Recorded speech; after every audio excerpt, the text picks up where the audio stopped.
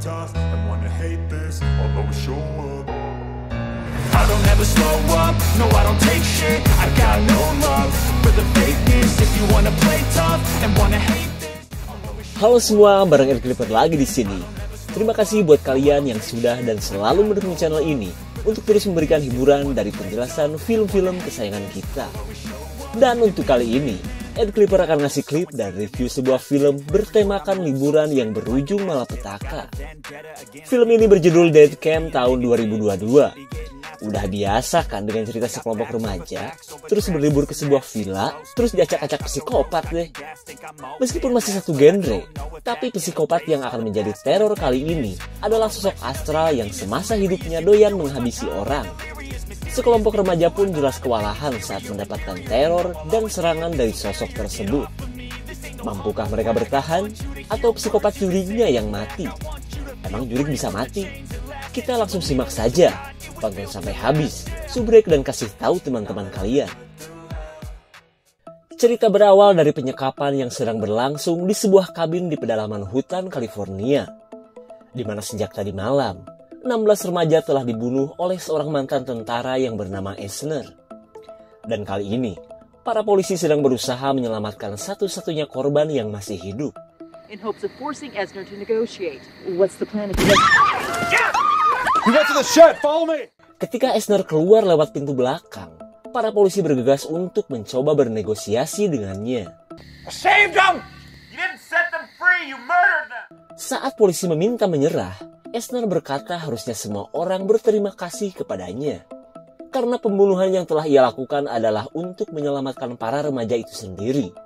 Daripada tumbuh dewasa, tapi bergelimang dosa seperti dirinya. Wah, jelas-jelas sengklek nih pemikiran. Lalu Eisner mengungkapkan kebenciannya terhadap pemerintah, yang menurutnya penuh kebohongan dan telah menjadikannya seorang pembunuh. Tapi daripada gibahin pemerintah lalu menghilang, para polisi mengancam Eisner untuk segera menyerahkan diri. Eisner yang sudah terkepung akhirnya berniat untuk kembali ke dalam kabin miliknya. Setelah melepaskan sandal terakhir, Eisner langsung melakukan ritual setan agar ia selamat dan bisa bangkit di masa depan.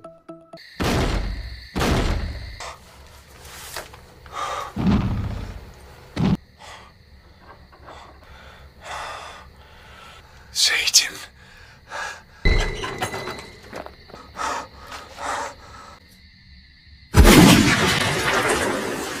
Akhirnya Eisner pun bundir setelah menitipkan jiwanya kepada Satan.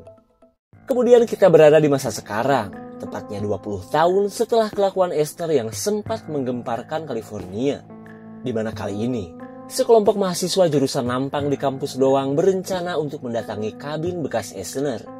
Selain akan berpesta, geng yang dipimpin si gotik Megan ini berniat untuk memanggil roh psikopat itu. Tapi sebelum melanjutkan perjalanannya, mereka singgah di sebuah kafe tempat bercokolnya para pemuda Bangor. Saat berada di kafe, Megan yang sedang belajar ilmu sihir menceritakan awal mula niatannya untuk ke kabin Eisner. Karena ternyata kabin tersebut sedang diposting ibunya untuk dijual. Hingga ia pun dengan mudah mendapatkan kunci kabin yang sepertinya pernah dibeli oleh ibu Megan di masa lalu. Terlihat Megan pun heran karena selama ini sang ibu tidak pernah memberitahunya.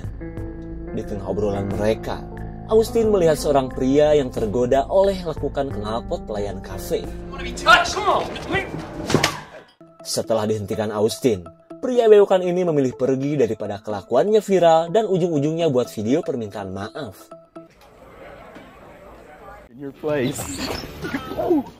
Melihat mobil geng Austin, si bewok berniat untuk mencurinya.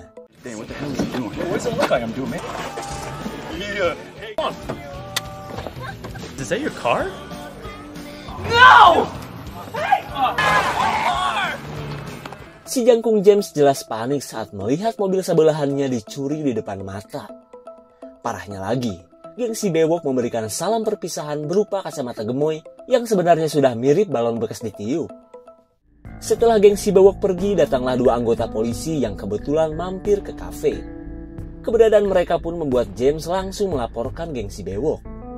Saat polisi memberikan banyak pertanyaan, Megan menjelaskan niatannya ke kabin Eisner yang secara sah milik ibunya yang bernama Linda Hamilton. Mendengar nama tersebut, kedua polisi ini seolah menyembunyikan sesuatu. Dan karena kedua polisi ini malah bungkam, Megan dan teman-temannya melanjutkan perjalanan mereka saja. How we doing? We all in?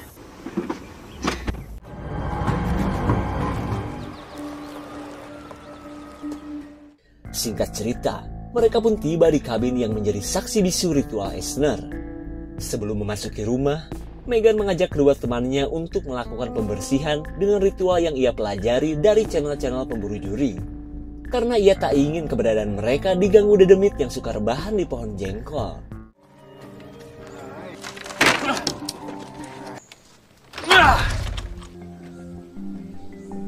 All negative energy from this. Let's split up and look around the cabin. Okay.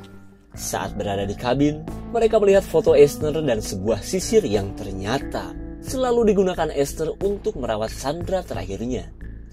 By the way, kenapa wanita ini dispesialkan ya? Kemudian Megan menceritakan kisah Eisner yang selama ini ia selidiki, di mana mantan tentara tersebut dulunya adalah sniper handal kebanggaan negara. Bahkan Eisner pernah menjadi penyelamat kelompoknya dengan membabat banyak tentara musuh. Satu hal yang unik dari Eisner adalah ia selalu mengoleksi telinga para korbannya. Tapi seiring berjalannya waktu, Eisner merasakan penyesalan atas perbuatannya yang bisa dibilang seperti seorang psikopat. Puncak penyesalannya pun ia keluar dari kesatuan dan menyalahkan pemerintah yang telah membuatnya menjadi seorang pria sadis. Sementara depresi yang ia alami akhirnya menjadikan jiwa Eisner semakin menggila. Dan seperti yang mereka tahu, Eisner tewas setelah menghabisi 16 remaja di masa lalu. Selang beberapa saat, mereka menikmati fermentasi teh kokak sembari ngomongin rencana Megan untuk memanggil roh Eisner. Ketika yang lain sempat ragu, Megan ngomongin kemampuannya yang bisa bengkokin tiang jemuran dan masukin pensil ke dalam botol hanya dengan membaca mantra.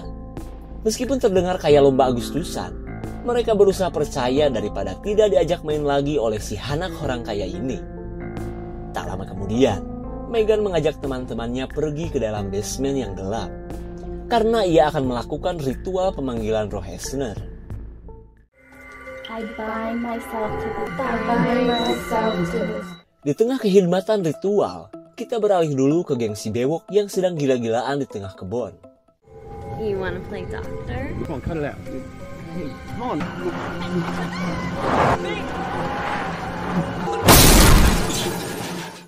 Akibat kelakuan getek si pirang, mobil milik James akhirnya nyocol ke pohon mahoni. Bukan cuma mobil saja yang rusak, mereka pun bingung harus kemana. Namun setelah menemukan peta, si bewok mengajak gengnya ke kabin Eisner yang sudah ditandai oleh Megan. Kemudian kita kembali kepada Megan yang merasa ragu apakah ritual tadi berhasil atau tidak. Lalu mereka teralihkan oleh sebuah kaset yang berada di ruang utama.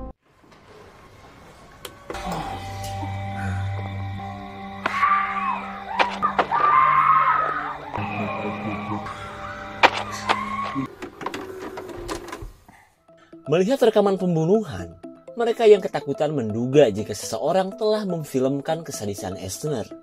Padahal mereka tidak sadar bahwa rekaman tersebut adalah kelakuan Eisner di masa lalu. Lalu mereka curiga jika syuting adegan tersebut dilakukan di sekitaran gudang.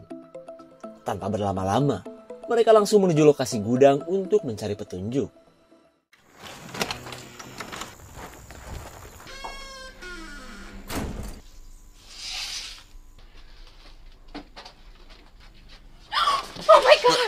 Ashley dan teman-temannya jelas kaget saat menemukan telinga manusia yang sudah mengering. Tak cuma itu, mereka pun menemukan banyak surat milik Eisner yang belum dikirimkan.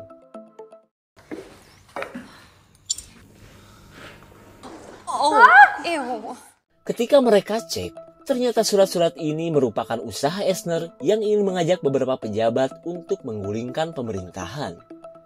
Kemudian mereka menemukan surat yang akan ditujukan kepada seorang wanita, di mana isi surat tersebut adalah curhatan Eisner kepada Sandra terakhirnya yang telah ia bebaskan. Kalian masih ingat kan? Karena ternyata Eisner mencintai wanita itu. Makanya ia membebaskan wanita itu dan tidak membunuhnya.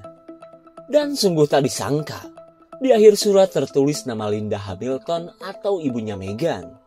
Dan itu berarti Megan adalah anak dari Eisner sang psikopat. Megan yang baru mengetahuinya pun merasa kaget dan malu terhadap teman-temannya. Dan hingga pada akhirnya, Megan pun berusaha menenangkan batin. Tak lama kemudian, si bewok dan gengnya datang dan langsung masuk ke dalam kabin. Ia pun tidak menyangka jika mereka akhirnya bertemu lagi. Lalu dengan watadosnya si bewok berkata bahwa mobil James mengalami kecelakaan dan rusak parah. Jelas emosi lah.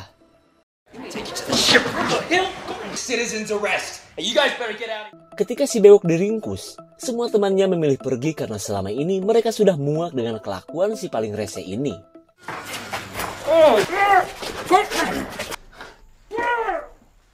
Singkat cerita, Austin dan kedua temannya mengurung si bewok di dalam gudang. Kemudian mereka mencari sinyal agar bisa menghubungi polisi. Meskipun sudah tertelekelan ke tempat yang tinggi, sinyal masih saja tidak ditemukan. Daripada stres mikirin sinyal, James mengajak Anna untuk bermain krambol di tempat yang sepi. Thank God we're away from. He's not that bad.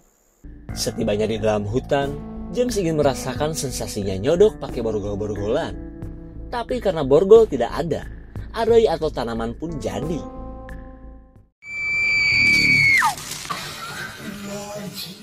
Tanpa mereka sadari, ritual yang Megan lakukan telah mendatangkan roh Eisner yang kini sedang mengincar pasangan jadah ini.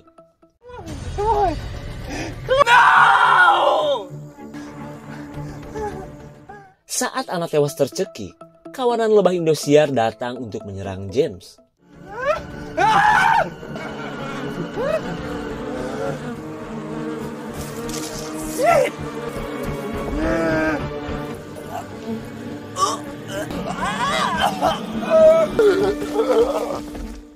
James pun akhirnya mati karena tak kuat menahan dosis ekstrim racun lebah di tubuhnya. Kemudian kita beralih ke teman dekat Eisner yang bernama Mark, di mana pria ini adalah orang yang dipilih Eisner untuk membantu menyelesaikan proses kebangkitannya. Mark pun sudah tidak sabar karena saat ini adalah waktunya Mark untuk melakukan tugasnya. Di sisi lain, teman-teman Megan sedang mencari James dan Anna yang belum kembali ke kabin. Saat menemukan cincin tersebut, mereka merasa bahwa ada sesuatu yang gak beres. Oh my God. Betapa kagetnya mereka saat melihat tubuh dan jeroan Anna berserakan seperti sampah. Entah apa yang telah dilakukan roh Eisner, mereka pun memilih kabur daripada lanjut mencari James.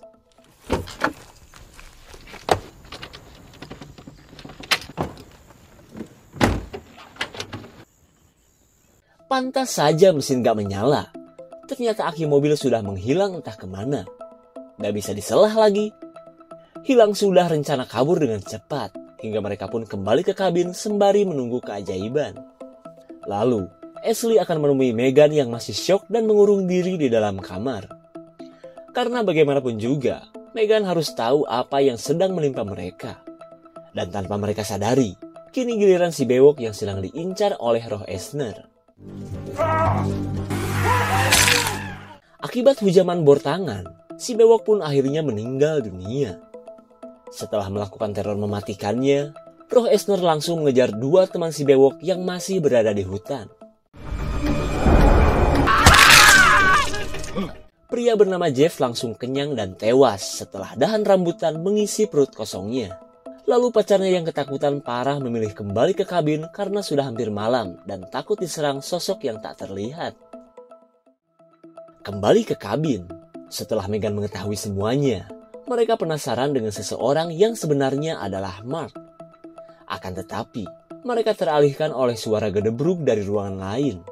Dirasa keanehan mendatangi mereka lagi, Megan bergegas membuat perlindungan sesuai standar komunitas penyihir Noom.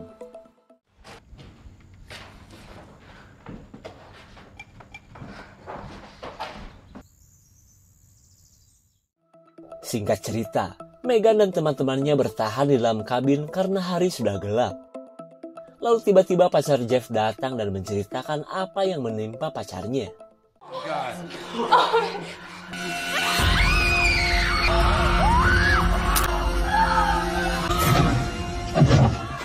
Melihat serangan roh di depan mata, Meghan merasa yakin jika pemanggilan roh tadi telah berhasil ia lakukan. Kemudian Meghan berniat untuk menangkap roh bapaknya yang telah membuat teman-temannya tewas. Dan menurut buku pedoman, ia butuh benda milik Eisner untuk ia jadikan tempat bersemayam ayahnya. Mendengar persyaratan tersebut, Dean berniat untuk mencari benda milik Eisner ke dalam gudang.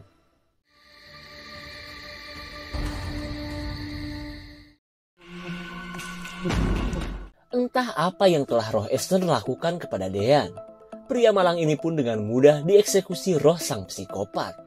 Sementara itu, Mark sedang menaburkan obat bius pada minuman untuk ia berikan kepada teman-teman Meghan.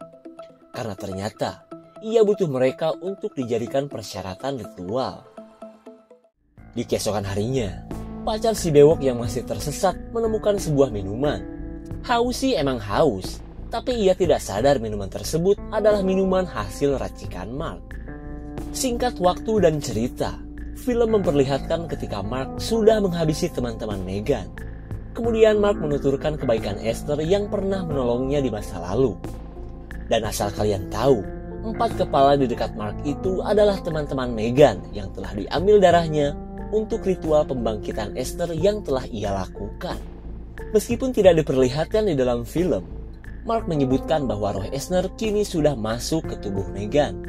Sementara nasib teman-temannya bermula ketika mereka pingsan gara-gara minuman dari Mark, hingga mereka pun dengan mudah dihabisi oleh pria psikopat ini. Di sisi lain, Meghan yang telah dirasuki roh Eisner tidak suka akan keberadaan aparat pemerintah di dekatnya. Akibat jurus Kamehameha Tubhiho, tubuh Pak Po yang bijaksana pun pecah disetrika ban merek IRC. Lalu Eisner mencari polisi lain sebelum nantinya ia menghabisi kepala negara.